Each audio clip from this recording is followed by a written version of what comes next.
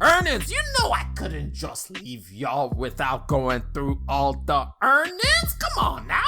We got a few earnings that we got to talk about. Unfortunately, the companies that I really care about does not announce their earnings until today when you guys are listening to it. So I'm looking at you, Airbnb. So unfortunately, we ain't going to talk about those ones. But there's a couple companies that I still wanted to hit on because I think it's interesting because it also shows other parts of the economy based on how this company is doing, which is something to pay attention to. There are businesses that try to reflect what's going on in the economy. For example, if you see Caterpillar doing really well, that means there's a lot of building going on. And with that being said, let's talk about Home Depot. A lot of y'all are like, Home Depot, really, dog? We really about to talk about Home Depot? We're really about to talk about Home Depot's earnings? Yes, man. We're talking about Home Depot's earnings because it was explosive. It was, I won't say it was nuclear, but it was pretty explosive. And the main reason we're going to talk about Home Depot's earnings is because your boy's still trying to buy a house and the housing market just won't go down. Oh my God. Like, come on, man. Anyway, they brought in $132 billion in total revenue in 2020. Now take a listen to what the CEO Craig Menear. My gosh, I'm terrible at names. I feel bad for everybody that I made fun of for saying my name incorrectly. You know what? Forgive me, because you know what? It ain't easy out here trying to pronounce names. But anyway, it took us, he said, in quotes, it took us 19 years to get the first 20 billion in total sales. But sales jumped by more than that in 1 year alone. My gosh. Oh, by the way, he didn't put my gosh. He ended his quote. He's not as, he's a CEO. He's prim and proper. I'm not a CEO. I get crazy. I get excited. I'm allowed to do that. But anyway, my goodness. I have a guy. Y'all just listened to a podcast with my guy, Double J. He is big on Home Depot. And he was like, yeah, I told you. He's been telling me about Home Depot for a few months now. And I've been like, you know. And he was like, I told you I know what I'm talking about. But the main reason we're paying attention to Home Depot's earnings is the fact that Home Depot is tied hand in hand with the housing market. And like I said earlier, your boy was hopeful. Your boy was hopeful that maybe, just maybe, the housing market was starting to slow down. But no, it's not happening. Real estate is still exploding.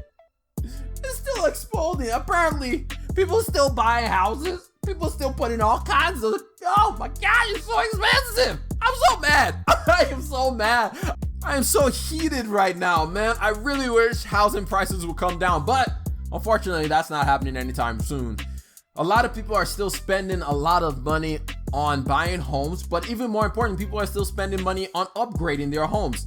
Home Depot said that vinyl flooring, appliances, and moldings drove sales at the end of last year. Also, professional builders purchasing of house supplies jumped the most they have been since the beginning of pandemic. In other words, they're trying to meet with the supply. They're trying to meet with the demand of houses, and they're trying to build more and more and more houses as quickly as possible because there's a lot of people that are trying to buy houses right now, especially with more and more businesses saying like, you know what, you can work from home. So people are looking to either buy bigger houses or looking to buy houses for the first time ever, since they're like, you mean I don't have to live in the city? I can live in the suburbs? Oh yeah, we definitely moving out. And so a lot of people are moving to the outskirts of city. Now let's move to the next one. Square, they announced that they bought another $170 billion worth, or not billion, $1 million worth of Bitcoin. This totals up to about 5% of their total cash position. You also have to remember that they bought about 4,000 Bitcoins last December when it was like 20 something dollars or 20 something thousand. So if we go 4,000 times 20, I mean, that's about $8 million that they spent back then. It was probably more than that. I can't really remember though. But they spent, and they said, yeah, they've been buying Bitcoin and they're going to continue buying Bitcoin. So the one thing you can say is Square is going to be tied at the hip, much like Tesla, with the price of Bitcoin. But even more importantly, Square saw revenues grow 141% year over year, bringing in $3.16 billion in 2020. Part of the revenue growth was due to the fact that a lot more people are using the Cash App to buy stocks, as everybody else is doing nowadays. Everybody's buying stocks. I hope you enjoyed that little snippet of the Rambling Mind podcast. If you want more of the Rambling Mind podcast, or if you want to listen to the whole episode that you just heard, go check it out on any podcast listening platform, whether that be Anchor, Spotify, Google Podcast, Apple Podcasts, Breaker, Stitcher. I could go on, but you guys already know which podcast you love to use to listen to. So go check it out. Link down in the description as well. I'm gonna catch y'all later.